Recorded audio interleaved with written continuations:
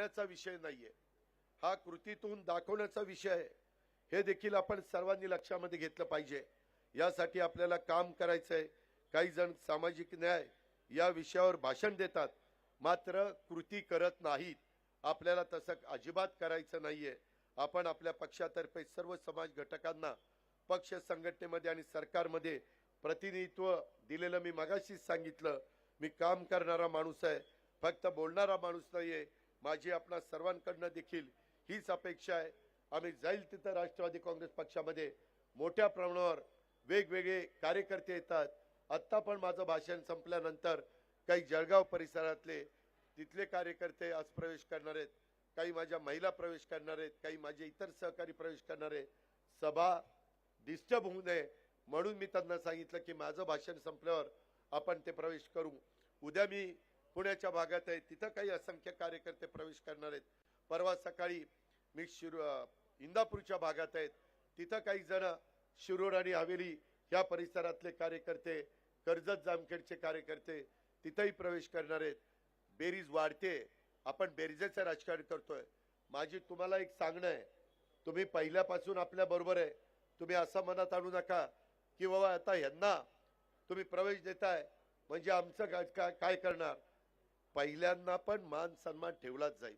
राष्ट्रवादी काँग्रेस पक्षामध्ये पहिला कोण नंतर आलेला कोण असा भेदभाव न करता ज्याच्यामध्ये कर्तृत्व असेल, ज्याच्यामध्ये नेतृत्व असेल, ज्याच्यामध्ये समाजातल्या सर्व जाती धर्माला बरोबर घेऊन न्याय देण्याची भूमिका असेल, ज्याचं चारित्र्य स्वच्छ असेल, अशा लोकांना आपण प्राधान्याने संधी देणार आहोत।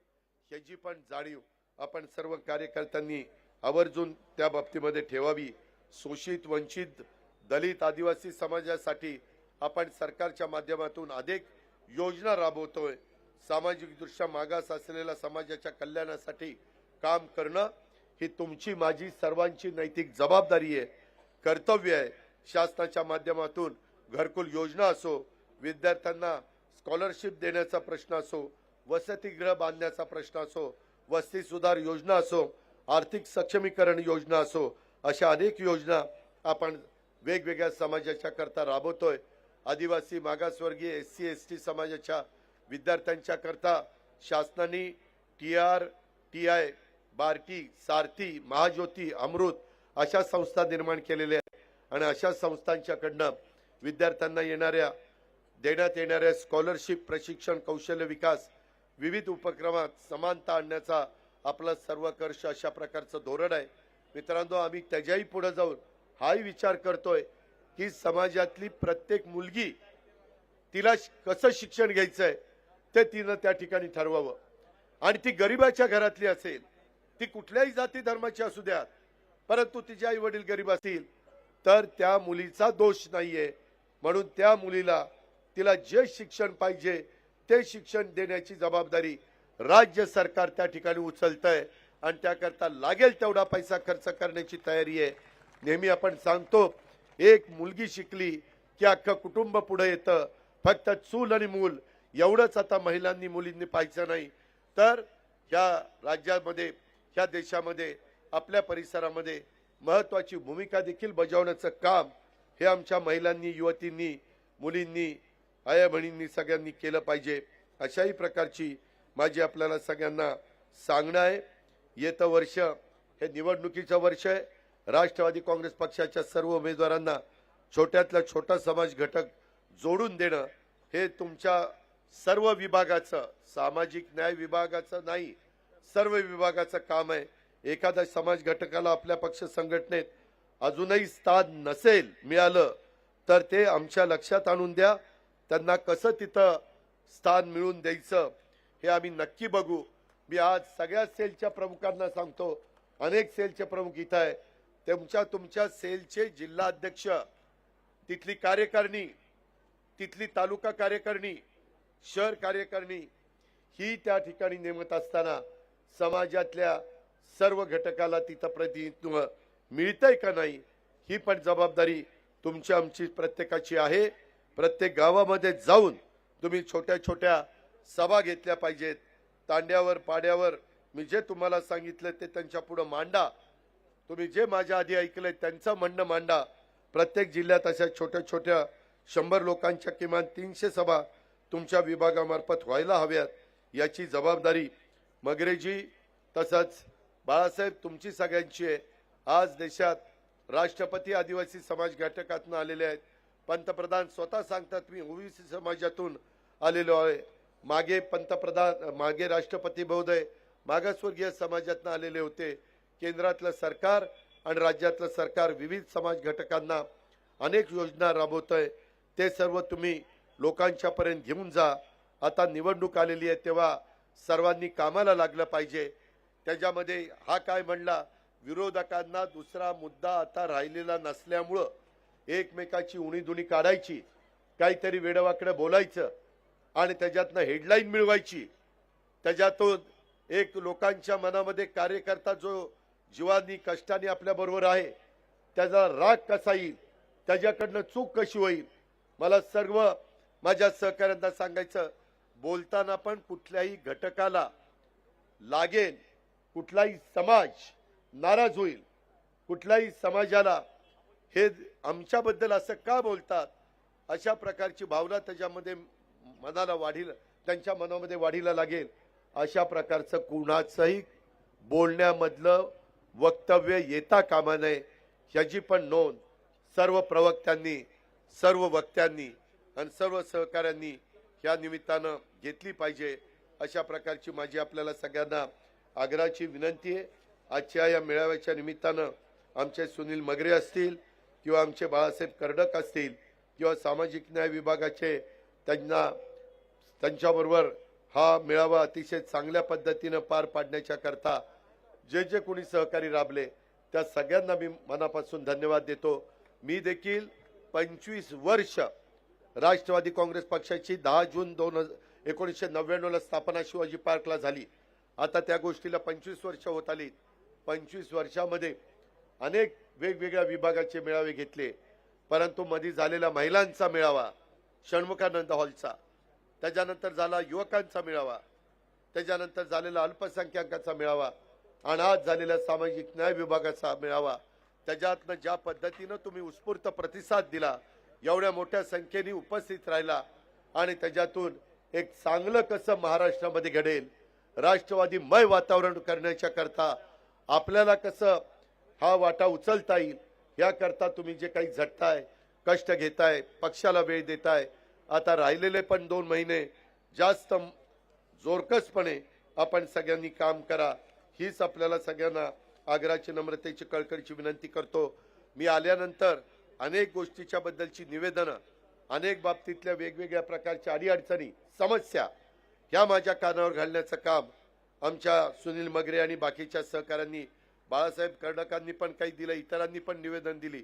मित्रांनो, माझी तुम्हाला विनंती आहे, जे काही प्रश्न असतील ते तुम्ही त्या भागामध्ये सांगत चला आणि राज्याच्या प्रमुखांनी सेलच्या त्या मी मुंबईला ज्यावेळेस असतो त्यावेळेस माझ्यापर्यंत पोहोचवा, माझ्या सहकारी मंत्र्यांच्या पर्यंत पोहोचवा, प्रांताध्यक्षांच्या पर्यंत पोहोचवा। त्याच्यातून कसा मार्ग काढायचा, कशा पद्धतीने त्याची सोडवणूक करायची याबद्दल आम्ही सगळेजण फार बारकाईने लक्ष देऊ, हे आपण अतिशय स्पष्टपणे लक्षामध्ये घ्या। त्याच्यामध्ये कुठलीही शंका कुशंका आपण मनामध्ये बाळगू नका, अशाही प्रकारची मी आपल्याला सगळ्यांना आग्रहाची विनंती त्या निमित्तानं करतो। आणि आपण भाषण करत असताना आपल्या भाषणामुळे कुणाला तरी सहानुभूती मिळेल, कुणाच्या तरी बद्दल एक लोकांना आणखीन एक वेगळ्या प्रकारची भावना त्यांच्या मनामध्ये वाढीला लागेल। ह्या गोष्टी आता माझ्या सकट तुमच्याकडनं कुणाकडनं होता कामा नये, मात्र समाजातला गोरगरीब घटकाला डोळ्यासमोर ठेवून विकास विकास विकास हाच महत्त्वाचा मुद्दा घेऊन राष्ट्रवादी काँग्रेस पक्ष हा पुढे जाणार आहे, ही गोष्ट राष्ट्रीय अध्यक्ष या नात्याने मी स्पष्टपणे आपल्याला सांगतो। आणि उगीच कोणाची उणीधुणी काढण्याच्या पेक्षा काही जण कुणी जर अरे केलं तर तेवढ्यापुरतं त्याला कार्य करा, परंतु उगीच त्याच्या नादी लागत बसू नका। आपलं विकासाचं जे काही ध्येय आहे ते मात्र कुठं सोडू नका, हीच मी विनंती करतो। आणि पुन्हा एकदा आपल्या सर्वांचं स्वागत करून आज ज्यांचा पक्ष प्रवेश होणार आहे त्यांचाही पक्षामध्ये मी स्वागत करतो। त्यांनाही पक्षामध्ये आल्यानंतर त्यांनी अतिशय आपलेपणाने एक परिवार राष्ट्रवादीचा म्हणून त्याच्यामध्ये काम करावं अशी अपेक्षा व्यक्त करतो आणि मी या ठिकाणी थांबतो. जय हिंद, जय महाराष्ट्र, जय भीम. उठणार कुणीच नाही. पूर्ण कार्यक्रम झाल्याच्या नंतर उठायचंय. हे बघा, आपण बाबासाहेब आंबेडकरांचे पाईक आहे. मी तुम्हाला विनंती करणार आहे, जोपर्यंत राष्ट्रगीत होत नाही तोपर्यंत कुणीच उठणार नाही, कुणीच जागेवरून उठणार नाही. सगळ्यांनी इथंच बसायचं. तिथेच पक्षप्रवेश होतील, त्याच्यानंतर राष्ट्रगीत होईल आणि कार्यक्रम संपेल. सगळ्यांनी जागेवर बसायचंय. माझ्या बहिणींना पण विनंती करतो, जागेवर बसा. इतके वेळ आपण शांत बसलो, आता पण बसा. कुणी जागा सोडायची नाही. धन्यवाद दादासाहेब. यानंतर काही प्रवेश होत आहेत. जळगाव डॉक्टर संभाजीराव पाटील, डॉक्टर संभाजीराव पाटील, प्रकाश पाटील, राजधर भील, सुनील वाघ,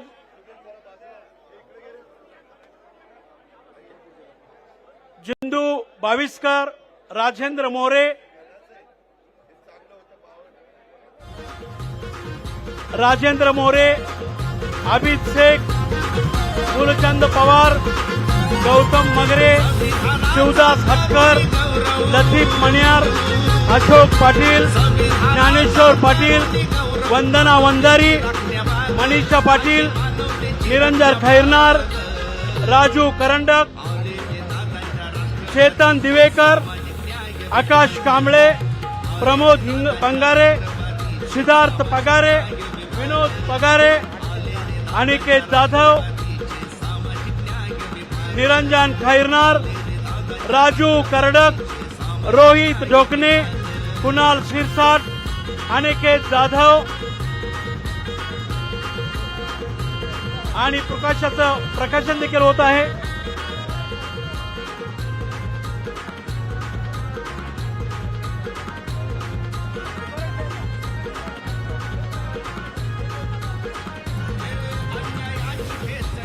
सुरेश रूपचंद्र साळुंके, गोपाल शालिक दाभाडे,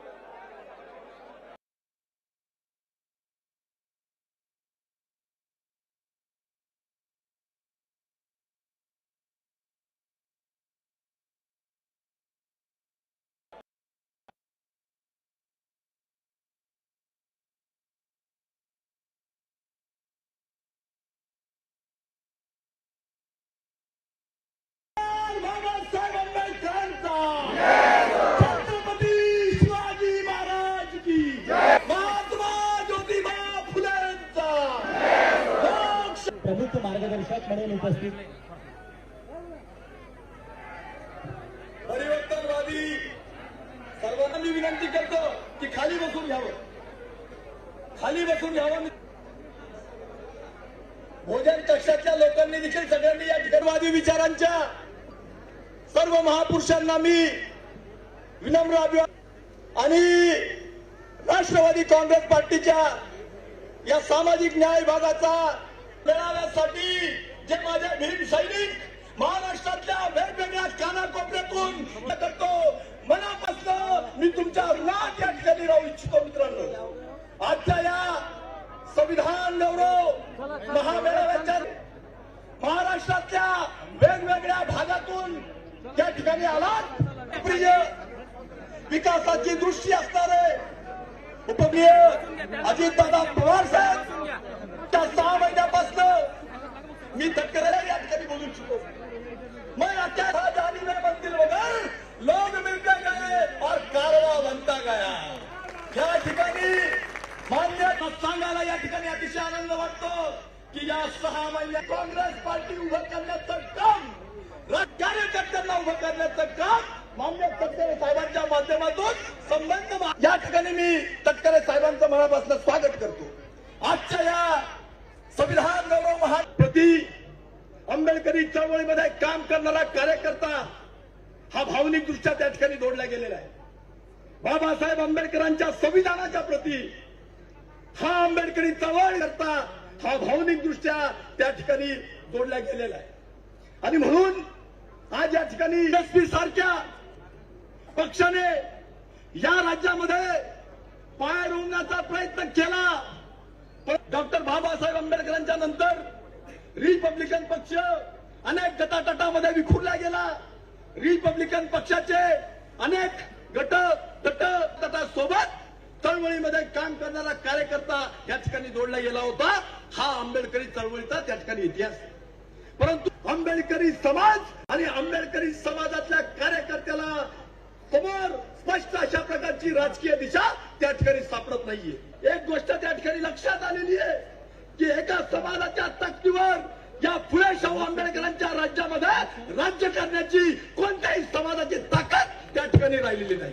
आणि त्या पांड्यामध्ये आपलं मदत टाकेल त्या पक्षाची सत्ता या फुले शाहू आंबेडकरांच्या राज्यामध्ये आल्यानंतर आज या महाराष्ट्र राज्यामध्ये आहे. चळवळीमध्ये काम करणारा कार्यकर्ता हा दिशाहीन झालेला आहे. त्या ठिकाणी दिसत नाहीये. त्याला एका गोष्टीची जाणीव झालेली आहे की सत्तेशिवाय आता कोणताच पर्याय त्या ठिकाणी शिवाय लिहा की मला शासन करती जबाब त्या ठिकाणी व्हायचंय. मित्रांनो, आपल्याला अतिशय चांगल्या शामून आलेली आहे.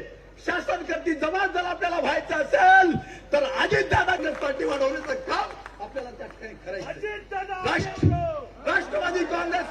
राष्ट्रवादी काँग्रेस पार्टी वाढवण्याचं काम आपल्या समाजामध्ये जाऊन विनंती करणार आहे. दादा, मागच्या 1.5 महिन्यापासून सामाजिक न्याय विभागाचा मेळावा घेण्यासाठी त्या ठिकाणी जाऊन कार्यकर्त्याच्या भावना ऐकून घेण्याचा प्रयत्न केला. कार्यकर्त्याच्या पक्षाप्रती असणाऱ्या अपेक्षा त्या ठिकाणी ऐकून घेण्याचा प्रयत्न केला. परंतु दादा, तुम्ही जर याच्या पाठीवर त्या ठिकाणी कौतुकाची थाप टाकली तर हा कार्यकर्ता पायाची डिग्री करून संपूर्ण महाराष्ट्रामध्ये राष्ट्रवादी काँग्रेस पार्टी वाढवण्याचं काम त्या ठिकाणी करणार. तेव्हा माझ्या सर्व कार्यकर्त्यांना देखील मी सांगणार आहे, मित्रांनो, आता आपण अजितदादा सोबत आहोत. अजितदादाची भूमिका आपण त्या ठिकाणी स्वीकारलेली आहे. सामाजिक न्याय विभागाच्या कार्यकर्त्याला माना सन्मानाची वागणूक दिली गेली पाहिजे अशा प्रकारची देखील मागणी आजच्या या. आणखी एक गोष्टीची निश्चितपणे मी आपल्याला सांगणार आहे की सध्याच्या आपण दादांनी जी भूमिका घेतलेली आहे या संदर्भात गरज आज जाणवते. माझ्या महिला भगिनी मोठ्या संख्येने उपस्थित आहेत. मला त्यांना आवर्जून सांग